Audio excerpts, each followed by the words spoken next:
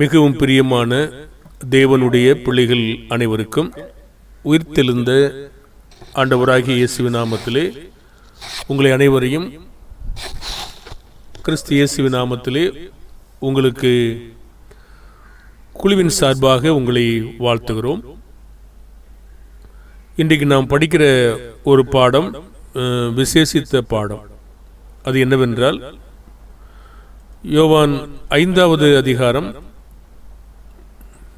22-23. அன்றியும் பிதாவை கனம் பண்ணுகிறது போல எல்லாரும் குமாரனை கனம் பண்ணும்படிக்கு பிதாவானவர் தாமே ஒருவருக்கும் நியாயத்தீர்ப்பு செய்யாமல் நியாயத்தீர்ப்பு செய்யும் அதிகாரம் முழுவதையும் குமாரனுக்கு ஒப்பு கொடுத்திருக்கிறார். குமாரனை கனம் பண்ணாதவன் அவரை அனுப்பின பிதாவையும் கனம் பண்ணாதவனாய் இருக்கிறான். 27வது வசனம் கூட சேர்த்து, அவர் மனுஷகுமாரனாய் இருக்கிறபடியால் நியாயத்தீர்ப்பு செய்யும்படிக்கு அதிகாரத்தையும் அவருக்கு கொடுத்திருக்கிறார்.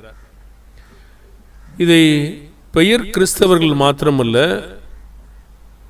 நம்முடைய சகோதரர்களும் இதை தவறாக உணர்ந்து கொண்டிருக்கிறார்கள்.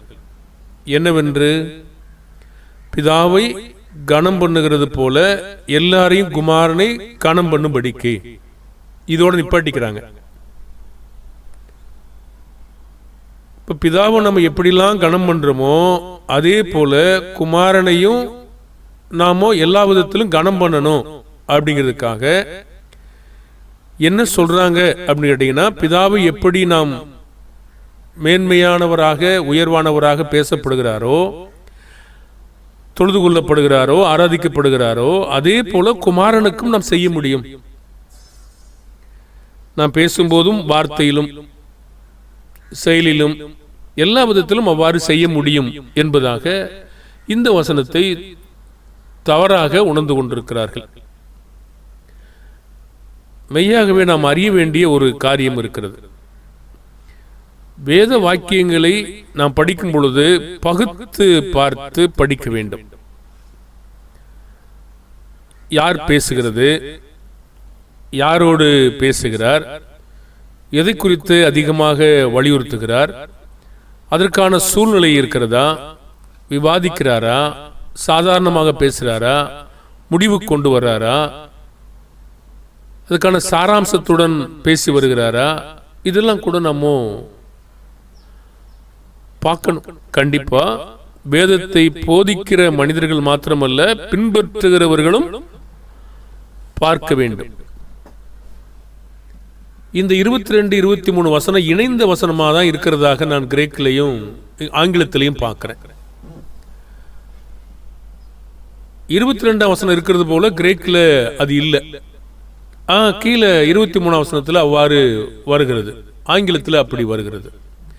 அது நமக்கு பிரச்சனை இல்லை, கருத்து இருக்கிறது. எந்த ஒரு வசன பகுதியும் ஒரு பகுதி எடுத்துக்கொண்டு மாத்திரம் நம்ம போதிப்பது சரியா இருக்காது. அது முழுமையா வரும்பொழுதுதான் நம்ம அதை பேச முடியாது. முடிஞ்சிருக்கிறதா முடியலையா. அன்றியும் பிதாவை கனம் பண்ணுகிறது போல எல்லாரும் குமாரனை கனம் பண்ணும் படிக்கு ஒரு வார்த்தை இருக்கு இல்லையா, படிக்கு. அது வினை எச்சமாக இருக்கிறதா, வினை முற்றாக இருக்கிறதா?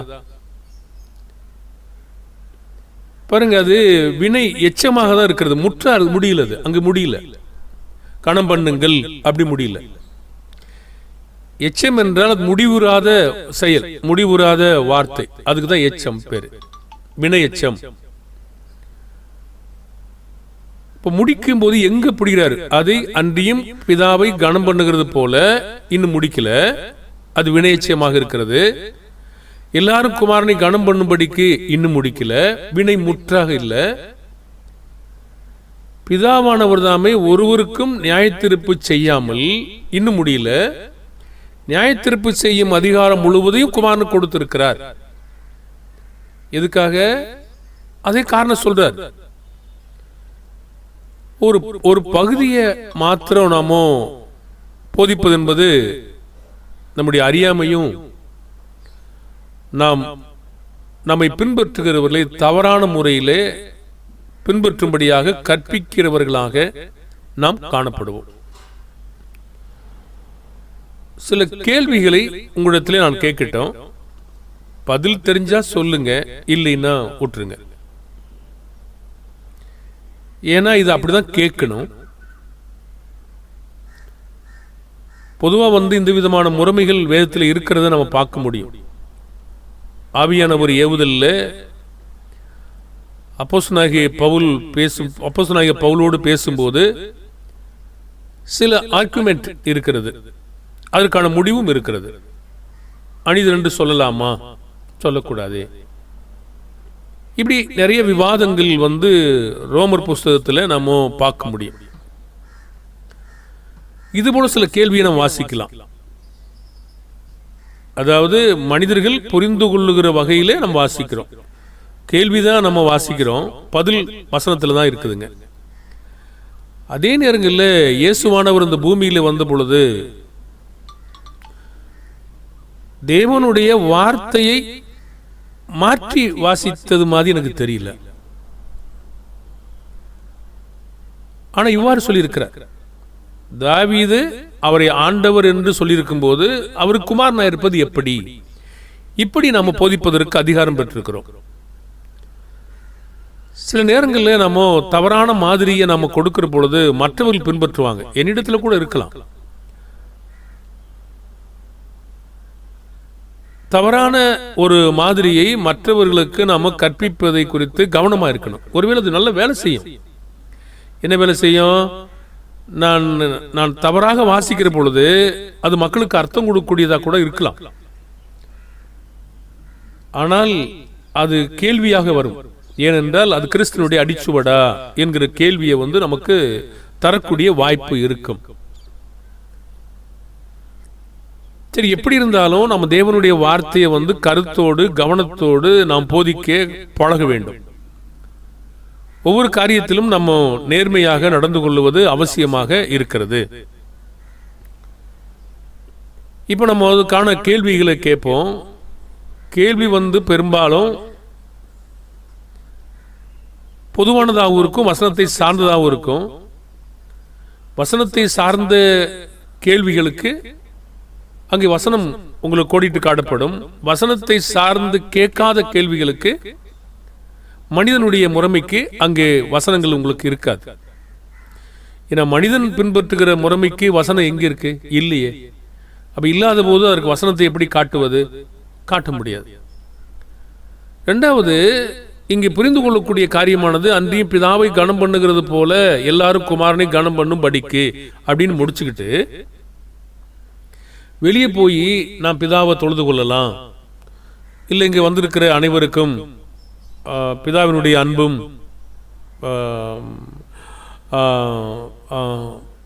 மன்னிக்கவும் பிதாவாகிய தேவனுக்கும் கிறிஸ்துவாகிய தேவனுக்கும் பரிசுத்தாவியார் தேவனுக்கும் கனமும் புகழ்ச்சியும் மகிமையும் உண்டாவதாக, அப்படி இது எடுத்துட்டு போய் மற்ற இடங்கள்ல சொல்லாமா? இயேசுவு கனம் பிதாவானவர் கொடுக்கலையா? கொடுத்திருக்காருல. ஆவியானவர் கனம் கொடுக்கலையா? கொடுத்திருக்காரு. ஆழங்களை அறிந்திருக்காரு சொல்லி கொடுத்திருக்காரு. இதை தூக்கிட்டு போய் அங்க வைக்கலாமா? வைக்கலாம் என்பதற்கு அதிகாரம் எங்க இருக்கு? ஒரு வசனத்தோடு வசனம் ஆராய்ந்து நம்ம பார்க்கிறோம், ஒப்பிட்டு பார்க்கிறோம். அந்த வசனத்தோட வசனம் நம்ம சம்பந்தப்படுத்தி ஆவிக்குரியவையில் ஆவிக்குரியவோடு சம்பந்தப்படுத்தி பார்க்கிறோம். ஆனா சொல்லாத கருத்தை சம்பந்தப்படுத்தலாம் என்பதற்கான சாத்தியம் எங்கே? அப்படியானால் இந்த முழு வசனங்களையும் வாசித்து பார்க்கிற பொழுது இதற்கான சாராம்ச சூழ்நிலை இருக்கிறதா என்று பார்க்கணும். இப்போ பிதாவை கனம் பண்ணுகிறது போல போல என்று ஒரு வார்த்தை இருக்கு இல்லையா? போல. இப்ப நான் அன்பு கூர்ந்தது போல, நான் தலையா இருக்கிறது போல, ஜீவனை கொடுத்தது போல, பிதாவை பின்பற்றுவது போல, நான் பிதாவை பின்பற்றுவது போல, இப்படி நிறைய போல இருக்கு இல்லையா? ஏன்னா அது மாடல் மாதிரி, அதை நாம பின்பற்றணும். பின்பற்றும் போது அந்த மாதிரியைத்தான் பின்பற்றணும் அப்படின்றார். ஓகே, சரி. அப்ப எந்த மாதிரி பின்பற்றுது? இந்த போல என்ற வார்த்தைக்கு எப்படி என்று பிதாவானவர் விளக்கம் கொடுத்ததை பின்பற்றணுமா, இல்லை எங்கேயாவது நானே நினைச்சு அதை தூக்கி வச்சுக்கணுமா? இப்போ போல என்ற வார்த்தைக்கு எப்படி என்று பிதாவானவர் யோவான் 5:22 அதன் கருத்தையும் எப்படி கனம் பண்ண வேண்டும் என்று சொல்லியிருக்கிறாரா இல்லையா?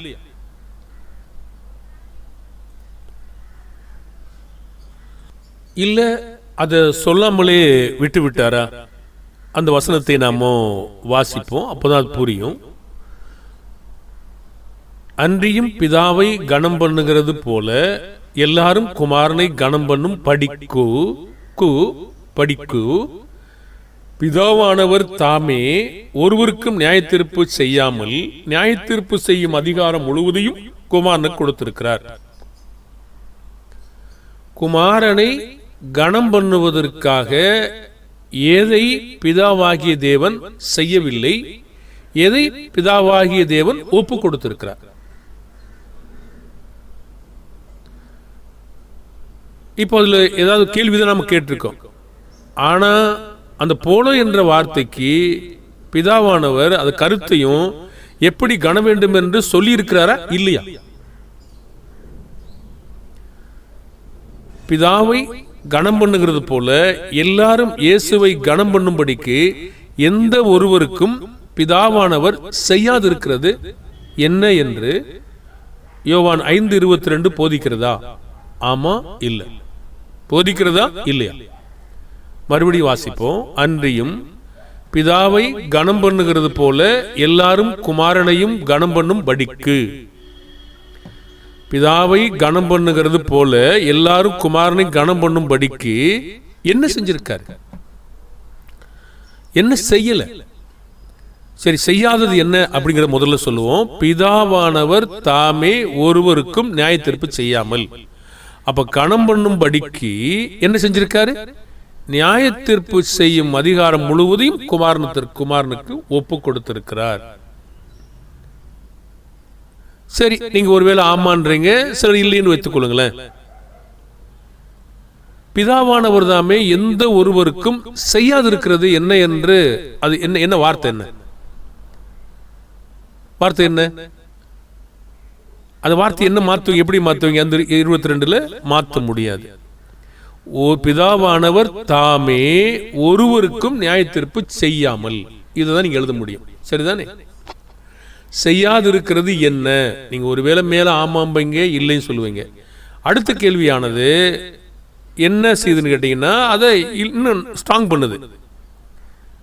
பிதாவானவர் தாமே எந்த ஒருவருக்கும் செய்யாதிருக்கிற அந்த வார்த்தை என்னன்னு கேட்டீங்கன்னா நியாய தீர்ப்பு செய்யல. இப்போ ஆப்போசிட்டா நீங்க கேளுங்களேன். அப்போ பிதாவை கனம் பண்ணுவது போல குமாரனை கனம் பண்ணுவதற்காக பண்ணும் படிக்கு பிதாவானவர் செய்திருக்கிறது என்ன? அது ஒப்பு கொடுத்தது என்ன? நியாய தீர்ப்பு. எதுக்கு? கனம் பண்ணுவதற்காக. யாரை போல?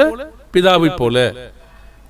இது இல்லாம துண்டித்த வசனமா இல்ல இணைந்த வசனமா இருக்கா இல்லையா? யோவான் 5:22 நியாய தீர்ப்பு செய்யும் அதிகாரம் முழுவதையும் குமாரனுக்கு ஏன் கொடுத்திருக்கிறார் என்று அதற்கான காரணத்தை பிதாவானவர் சொல்றாரா சொல்லலையா?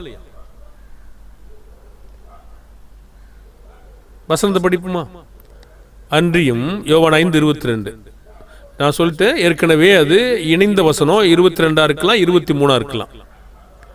அன்றியும் பிதாவை கனம் பண்ணுகிறது போல எல்லாரும் குமாரனை கனம் பண்ணும்படிக்கு பிதாவானவர் தாமே ஒருவருக்கும் நியாய தீர்ப்பு செய்யாமல் நியாய தீர்ப்பு செய்யும் அதிகாரம் முழுவதையும் குமாரனுக்கு ஒப்பு கொடுத்திருக்கிறார். கேள்வி கேட்போமா? நியாய தீர்ப்பு செய்யும் அதிகாரம் முழுவதும் குமாரனுக்கு ஏன் கொடுத்திருக்கிறார் என்று அதற்கான காரணத்தை பிதாவானவர் சொல்லுகிறாரா? சொல்லுகிறார்.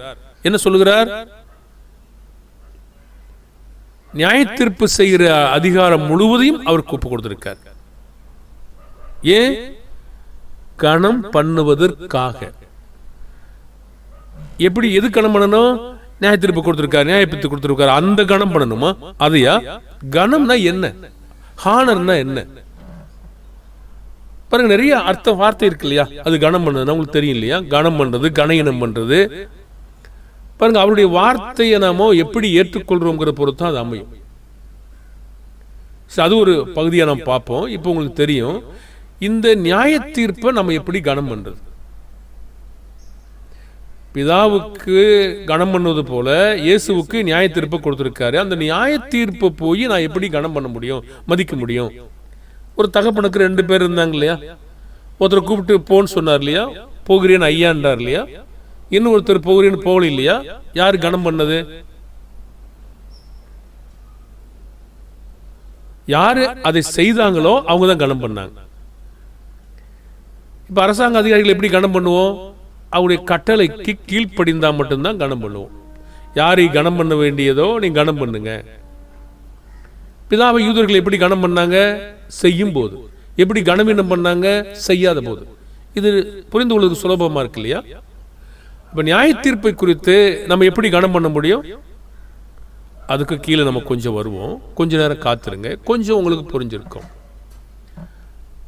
இப்போ நீங்க ஒரு கேள்வி கேட்டோம், நியாய தீர்ப்பு செய்ய அதிகாரம் முழுவதையும் குமாரனுக்கு ஏன் கொடுத்திருக்காருன்னா, கொடுத்திருக்கிறார் என்று காரணத்தை சொல்றாருன்னா சொல்லுகிறார். என்ன காரணம்? கனம் பண்ணுவதற்காக. எதை குறித்து? நியாய தீர்ப்பை ஒப்பு கொடுத்தபடியினால். நீங்க ஆமான்னு சொல்லுவீங்களா, இல்லையே சொல்லுவீங்களா? அப்படி சொன்னீங்கன்னா, பிதாவானவர் இயேசுவுக்கு கொடுத்த அதிகாரத்தின் மூலம் எல்லா மனுஷரும் பிதாவை போல இயேசுவுக்கு என்ன செய்வாங்க? என்ன பதில் சொல்லுவீங்க? கனம் பண்ணுவார்கள். இருக்கா இல்லையா? பதில் இருக்கா இல்லையா?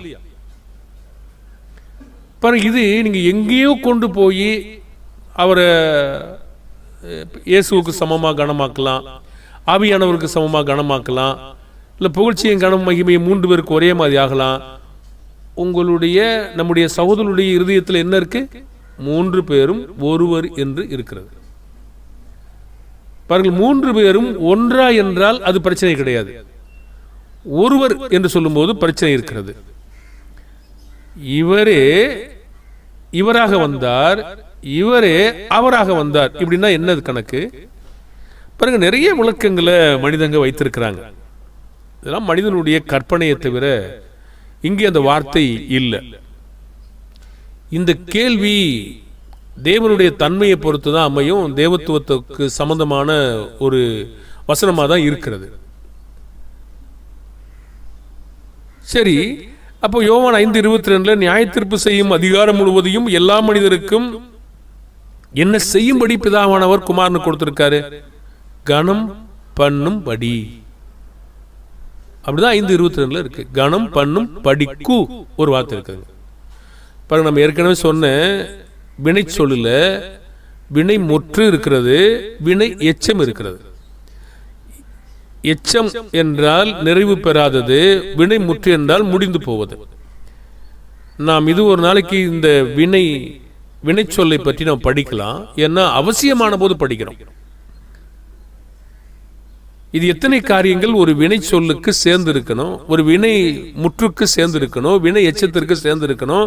இதுக்கு ஒரு பகுதி இருக்கிறது. நம்ம அந்த பாடம் வரும்போது கண்டிப்பா அதை தொகுப்போங்க. பாடம் இல்லாத போது அதை கொண்டு இங்க ஜாயின் பண்ண மாட்டோம். அந்த தமிழ் இலக்கணத்தில் அது இருக்கிறது.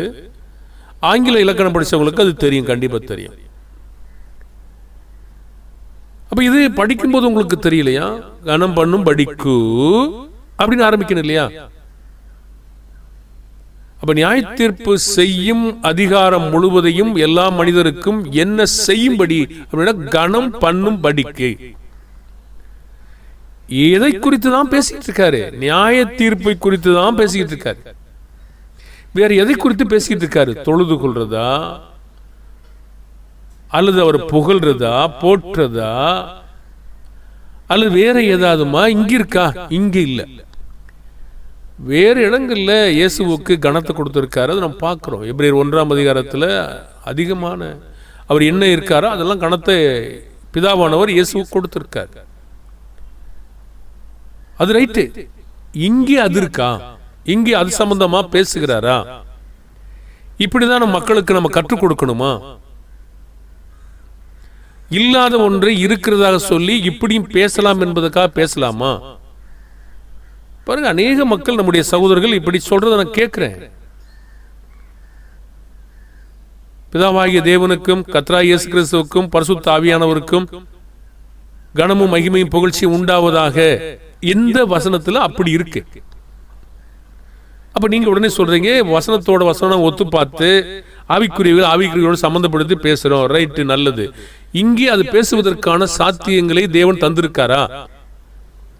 இல்லை நீங்க இருக்கிற கருத்தை எடுத்து இல்லாமக்கிறீங்களா? இல்ல இல்லாத இருக்கிற கருத்தை கொண்டு வந்து இருக்கிறதாக திணிக்கிறீங்களா? பார்க்கணுமா வேணாமா? பார்க்கணும். பாருங்க, இல்லாதிருக்கிற கருத்தை கொண்டு வந்து நாம் இருக்கிறதாக நினைத்து அங்கே திணிக்கிறதை தேவன் விரும்புவாரா? அப்படியானால் தேவனை விட நாம் ஞானிகளா? அவரிலும் நாம் பலவான்களா? குமாரனை யோவான் 5:22 எவ்வாறு கனம் பண்ணுவது, எந்த காரியத்தில் கனம் பண்ண வேண்டும் என்று குறிப்பாக இந்த வசனத்தில் சொல்லுகிறாரா? மறுபடியும் கேட்போம். குமாரனை எவ்வாறு கனம் பண்ணுவது, எந்த காரியத்தில் கனம் பண்ணணும் என்று குறிப்பா சொல்றாரா சொல்லையா? படிப்போம். அன்றியும் பிதாவை கனம் பண்ணுகிறது போல எல்லாரும் குமாரனை கனம் பண்ணும் படிக்கு. எதுவுமே சொல்லலைன்னா உங்களுக்கும் தெரியாது, எனக்கும் தெரியாது.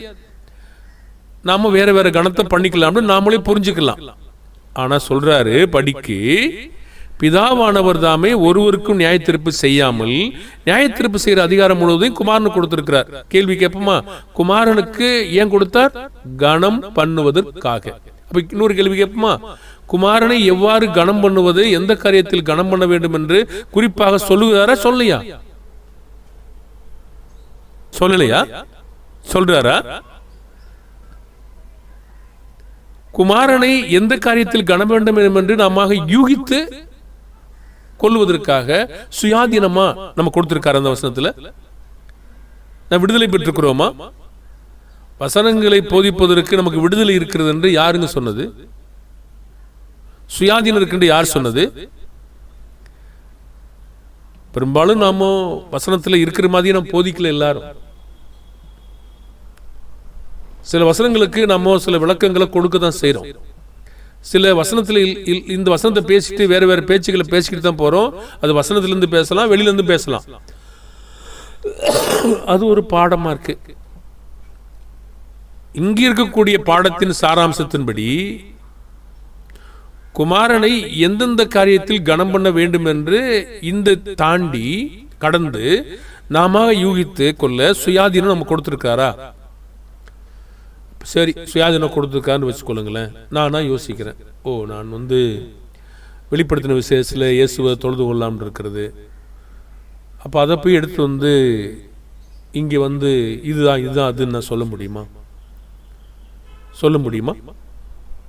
சொல்லுவீங்கன்னா நம்ம சுயாதீனமாக இப்படி சொல்றதுக்கு விடுதலையாக இருக்கோம்னு நம்ம நினைக்கிறோம். அப்படி நினைக்கலாமா? அது இங்கே இருக்கா? நம்ம இன்னும் நிறைய கேள்விகளை கேட்க போகிறோம். அதனால் இது எல்லாமே உங்களுக்கு வந்துடும். குமாரனை கனம் பண்ணுவது என்றால் அதன் கருத்து என்னவென்று சொன்னவரே சொல்லுகிறாரா இல்லையா? அந்த வசனத்துல ஆமாவா இல்லையா? படிப்புமா? அன்றியும் பிதாவை கனம் பண்ணுகிறது போல எல்லாரும் குமாரனை கனம் பண்ணும்படிக்கு பிதாவானவர் தாமே ஒருவருக்கும் நியாயத்தீர்ப்பு செய்யாமல் நியாயத்தீர்ப்பு செய்யும் அதிகாரம் முழுவதையும் குமாரனுக்கு ஒப்பு கொடுத்திருக்கிறார். இது மறைவா இருக்காங்க. எதற்காக நியாயத்தீர்ப்பு செய்யற அதிகாரத்தை கொடுத்திருக்காரு? கனம் பண்ணுவதற்காக. கனம் பண்ணும்படிக்கு என்ன செய்திருக்கிறாரு? நியாயத்தீர்ப்பு கொடுத்திருக்காரு. கனம் பண்ணும்படிக்கு பிதாவானவர் என்ன செய்யல? அவரே வச்சுக்கல. சரிதானே?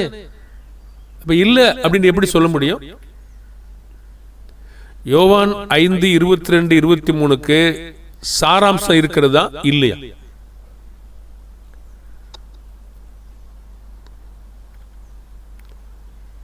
சாராம்சம் இல்லை என்று உங்களால் சொல்ல முடியுமா? அது துண்டித்த பகுதியா இருக்கிறதா? சரி, இந்த வசனத்துல 5:22 பிதாவை எவ்வாறு கனம் பண்ணினார்கள் சொல்லப்பட்டிருக்கிறதா? பிதாவை எவ்வாறு கனம் பண்ணினார்கள் என்று இந்த வசனம் சொல்லப்பட்டிருக்க? அதை பத்தி காணுமே. பிதாவை கனம் பண்ணுகிறது போல எந்த அர்த்தம் எப்படி என்று சொல்லவே இல்லை. சொல்லாததை ஒன்றை நான் இங்கே இதை பற்றி தான் பேசுகிறது என்று நான் சொல்ல முடியுமா? இதுக்கு பின்னாடி சென்று பிதாவை எப்படி கனம் பண்ணியிருக்கிறாங்கன்னு நான் பார்க்கணும். சரி, பிதாவை எப்படி கனம் பண்ணியிருக்காங்கன்னு பார்த்துட்டு வந்து நேரம் இதுக்கு பொத்திடலாமா? இங்கே நியாய தீர்ப்பு பத்தி சொல்லினா நீங்க எதை வேணாலும் பொறுத்தீங்க, நம்மளை தேவன் குற்றம் சாட்ட மாட்டாரு. ஆனா அதை பத்தி சொன்ன பிற்பாடு நீங்க வேற ஒரு தாட்ஸ் எப்படி எடுக்க முடியும்? எடுக்க முடியாது. நான் உங்களுக்கு மன்னித்தது போலன்னா வேற ஏதாவது இருக்கா? கிறிஸ்து எப்படி மன்னித்தாரோ, சத்துருக்களிடத்தில் எப்படி இருந்தாரோ அதே போல. நான் உங்களை அன்பு கூர்ந்தது போல வேற ஏதாவது இருக்கா? இல்லவே இல்லை. அப்படித்தான் செய்யணும். நான் கிறிஸ்து தலையா இருக்கிறது போல வேற ஏதாவது இருக்கிறதா? நம்ம பின்பற்றுங்கிறது இன்னொரு கருத்து. தேவனுக்கு கணக்கு சொல்லுவோம், அல்லது நியாயத்தீர்ப்பு ஒப்பு கொடுத்த இயேசு கணக்கு சொல்ல போறோம். ஆனா அவர் என்ன சொல்றாரு? கிறிஸ்து தலையா இருக்கிறது போல. எல்லா புருஷனும் எப்படி இருக்கணும்? அப்படித்தான் இருக்கணும். அப்ப இதுக்கு ஏதாவது இருக்கா? பின்னாடி ஒன்றை சொன்னால் நாம அதை பத்தி இங்க கவனிக்கணுமா வேண்டாமா? அதற்கான காரண காரியத்தை இங்கே அவரே சொல்லிட்டார். யோவான் 8 பார்த்தீங்கன்னா இயேசுவையும் பிதாவையும் அவர்கள் எப்படி கனப்படுத்தினாங்க, எப்படி கனவீனப்படுத்தினாங்க, அது எங்க சொல்லுது.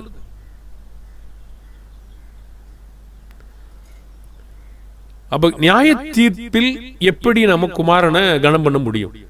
எப்படி கனம் பண்ண முடியும்? சரி, நாம் பின்பற்றும்படியாக எபிரேயர் 1 பார்த்தீங்கன்னா அது கொஞ்சம் அவுட் சைடில் இருக்குங்க. சர்வத்தையும் தம்முடைய வல்லமையுள்ள வசனத்தினாலே தாங்குகிறார். கிறிஸ்தவர்களுக்கு ஒவ்வொரு பிரமாணங்களை பின்பற்றுவதற்கு வேத வாக்கியங்கள், அதை தவிர வேறு ஒன்றும் இல்லை. நாம் வளர்ச்சியடைவதற்கு வேத வாக்கியங்களை தவிர ஒன்றும் இல்லை. பூர்ணப்படுவதற்கு கிறிஸ்துவின் பாடுகளை தவிர, பரிசுத்தவான்களுடைய பாடுகளை தவிர வேறு ஒன்றும் இல்லை. அப்படியானால் நம்ம நியாயம் இருக்கும் போது எதை வச்சு தீர்ப்பார்? சொல்ற வசனத்தை வைத்தா, சொல்லாத வசனத்தை வைத்தா? நான் அவுட்ல இருக்கேன்னு உங்களுக்கு சொல்லிட்டேன். இப்போ நான் என்ன கேட்கிறேன்னா, குமாரன் ஒரு நாளில் பிதாவானவர் கொடுத்த அதிகாரத்தின்படி நம்மை அவர் எதை கொண்டு நியாயம் தீர்ப்பார்? அதாவது இயேசுவை எப்படி நியாய தீர்ப்பு விஷயத்தில் கனப்படுத்துறது? யோவான் 12:47-48. ஒருவன் என் வார்த்தைகளை கேட்டும் விசுவாசியாமற் போனால் அவனை நான் நியாயந்தீர்ப்பது இல்லை. நான் உலகத்தை நியாயந்தீர்க்க வராமல் உலகத்தை ரட்சிக்க வந்தேன். என்னை தள்ளி என் வார்த்தைகளை ஏற்றுக்கொள்ளாதவனை நியாயந்தீர்க்கிறது ஒன்று இருக்கிறது. நான் சொன்ன வசனமே அவனை கடைசி நாளில் நியாயந்தீர்க்கும். இன்னும் சில ஆர்சி மக்கள் பேசுறது நான் கேட்டிருக்கேன். இயேசு சொல்லாத வார்த்தையும் இருக்கிறது, அதை நாம் பின்பற்ற வேண்டும் என்று சொல்றாங்க. எங்க இருக்கு? நாமளா எழுதின புஸ்தகத்துல தான் இருக்கும். எப்படி தெரியும் நமக்கு? அப்ப நானா அது இன்னொரு புஸ்தகத்தை எழுதி வச்சுக்கிறேன். இதுதான் அது இயேசு எழுதினாரு சொல்றேன்.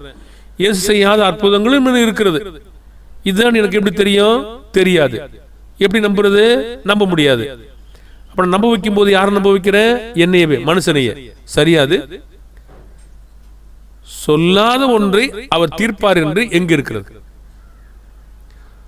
பாருங்க, நியாயப்பிரமாணத்திற்கு உட்பட்டவங்களை நியாயப்பிரமாண சட்டத்தின்படி தான் தீர்க்கப்படுவாங்க. பிரமாணம் இல்லாதவங்க பிரமாணம் இல்லாமலே தீர்ப்படைவாங்க. பிரமாணம் பெற்றுக்கொண்டவங்க, புதிய பிரமாணத்தை பெற்றுக்கொண்டவங்க பழைய பிரமாணத்தை தீர்க்கப்பட மாட்டாங்க. பழைய பிரமாணத்தை பெற்றுக்கொண்டவங்க புதிய பிரமாணத்தை தீர்க்கப்பட மாட்டாங்க. அது சரியா இருக்காது இல்லையா? நமக்கு புரியுது. இப்ப நான் சொன்ன வசனமே கடைசி நாளில் நியாயந்திருக்கும். அப்ப இயேசுவை எப்படி கனம் பண்ணுவது? அவர் சொன்ன வசனத்திற்கு கீழ்ப்படிவதன் மூலமாக நாம் அவரை கனப்படுத்துவோம். பிதாவை இயேசு எப்படி கனப்படுத்தினார்? அவர் சொன்ன வசனத்தை சுயமாய் ஒன்று செய்யாமல் கீழ்ப்படிந்ததனால் அவரை கனப்படுத்தினார். நாம் எப்படி கனப்படுத்துவோம் இயேசுவை? அவருடைய வார்த்தைக்கு கீழ்ப்படிவதன் மூலமாக அவரை கனப்படுத்த முடியும். ஒரு பெற்றோருக்கு பிள்ளைகள் எப்படி பெற்றோரை கனப்படுத்த முடியும்? கீழ்ப்படிவதன் மூலமாக. மல்கியால தேவனை எப்படி கனப்படுத்த முடியும்? அவர் சொன்ன வார்த்தையின் மூலமாக. பாருங்க, அவர் வார்த்தைகள் என கனவீனப்படுத்தினாங்க, அசட்ட பண்ணாங்க. இது நம்ம வழங்கிக்கிட்டோமா? புரிந்து கொள்ள லகுவாதனங்க இருக்கு. தேவன் நமக்கு ஞானத்தையும் உணர்ந்து கொள்வதையும் தருவார் என்றால் நம்ம எளிமையாக புரிந்து கொள்ள முடியும். அப்படியானால் நியாய தீர்ப்பின் அதிகாரத்தில் இயேசுவை கனப்படுத்துவது எப்படி என்று நமக்கு இது போதிக்கிறதா? இது மறைமுகமாக போதிக்கிறது, ஆனா வெளிப்படையா தெரியாது நமக்கு. யோவான் 12:47-48 வெளிப்படையா போதிக்கிறது. பாருங்கள், அங்கே யோவான் 5:22-23 நியாயத்தீர்ப்புல எப்படி கனப்படுத்துவது என்பது நமக்கு தெரியாது. ஆனா இங்கே வரும்போது நமக்கு தெரியுது, அவர் சொன்ன வார்த்தை கீழ்ப்படிவதன் மூலமாக நாம கனப்படுத்த முடியும். இந்த கருத்துல, அதாவது நியாயத்தீர்ப்புல கனப்படுத்துவதில், வசனத்தை கேட்கிறத கனப்படுத்துவதில் நம்ம கனப்படுத்தாம அவர் சொன்ன வார்த்தைக்கு செவி கொடுக்காம போயிட்டா நம்ம யாரையும் கனப்படுத்தாமல் விட்டுவிட்டோம்.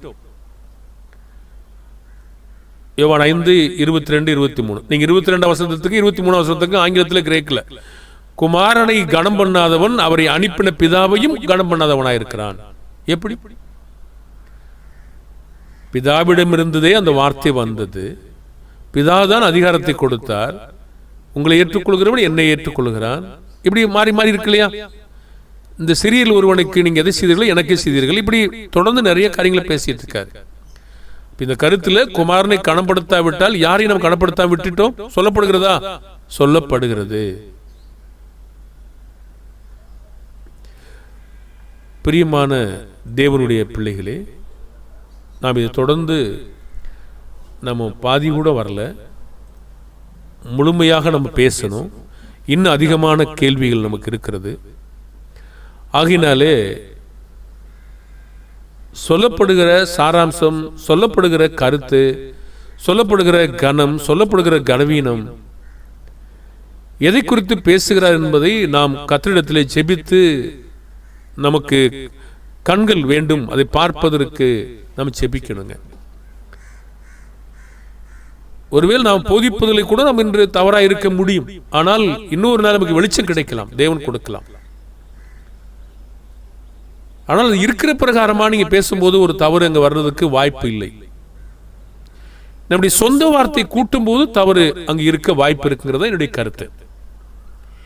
என்னுடைய சொந்த அபிப்பிராயங்கள், சொந்த யோசனைகளை நான் கூட்டும் போது நான் தவறாய் இருப்பேன்.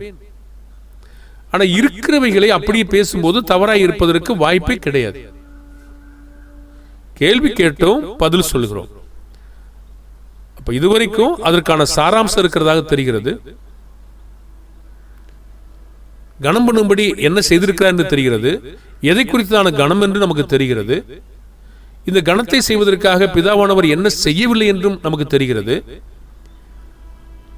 அப்ப ஏன் செய்தார் என்றால் கனப்படுத்துவதற்காக என்றும் நமக்கு தெரிகிறது. அப்படியானால் இதை தவிர வேறு எந்த கணத்தை கொண்டு வந்து நீங்க உள்ளே கொடுப்பீங்க? அப்படி கொடுப்பதற்கு ஆதாரம் எங்கே? அப்படியான இது இந்த சாராம்சத்தை எங்கே போய் நீங்க தூர போடுவீங்க? அதனுடைய சாராம்சத்தை நீங்க எப்படி எடுக்கலாமா? பாருங்க, தேவன் ஆவியா இருக்கு. உதாரணம் சொல்றேன். யோவான் 4 தேவன் ஆவியா இருக்கிறார், அவரை ஆவியோடு உண்மையோடும் தொழுது கொள்ள வேண்டும், அது இப்பொழுதே வந்திருக்கிறது என்று சொல்றார். ஆவியோடு உண்மை என்று சொல்லணும்னா ஒருத்தர் சொல்றாரு பரிசுத்த ஆவியோடுன்றார், பரிசுத்த ஆவியோடும் தேவனுடைய வார்த்தையோடும் சொல்றாரு. இன்னொருத்தர் இல்ல அது ஒரு ஆவின்னு சொல்றாரு அப்படின்றாரு, ஆவிக்குரிய வகை என்று சொல்றாரு அப்படின்றாரு. இன்னொருத்தர் சொல்றாரு இல்ல அங்க பூமிக்குரிய ஆராதனை எப்படி, ஆவிக்குரிய ஆராதனை எப்படி, பூமிக்குரிய காரியங்கள் எப்படி இருந்தது, ஆவிக்குரிய காரியங்கள் எப்படி இருந்தது, அதை பத்தி பேசுறாரு. எப்படி தெரியும்? நம்ம சொல்றதெல்லாம் உண்மையா கூட இருக்கட்டுங்க, அங்க இருக்கிறது அதுதானான்னு நமக்கு எப்படி தெரியும்? பாருங்க, அங்கே நீங்க படிக்கும் போது அங்க இருக்கிற சாராம்சம் உங்களுக்கு தெரியும். அப்ப சாராம்சத்தை நீங்க தூக்கிடுவீங்களா? அங்க தூக்கிடுவீங்களா? ரோமர் 8 ஆவி மாம்சம், ஆவி மாம்சம் தொடர்ந்து பேசிட்டே வர. இல்ல அது பரிசுத்தாவி அப்படின்னு நம்ம சொன்னா எல்லாரும் ஒண்ணு சில காரியங்கள்ல இருக்கிறது, அதுக்கு முன்னாடி இருக்கிறத போகாம இல்லாததுக்கு முன்னாடி சொல்றேன், அதை நான் பேசிட முடியுமா? அப்படி சொல்ல முடியாது. அப்போ நம்ம என்ன செய்யணும்னா அங்க இருக்கிற சூழ்நிலை, சாராம்சம், எதை பத்தி வலியுறுத்துறாரு, எதை சொல்றாரு அப்படின்னு நம்ம தேவன்கிட்ட கேட்கணுமா, செபிக்கணும். என்னுடைய ஞானமா? இல்ல, தெரியாது.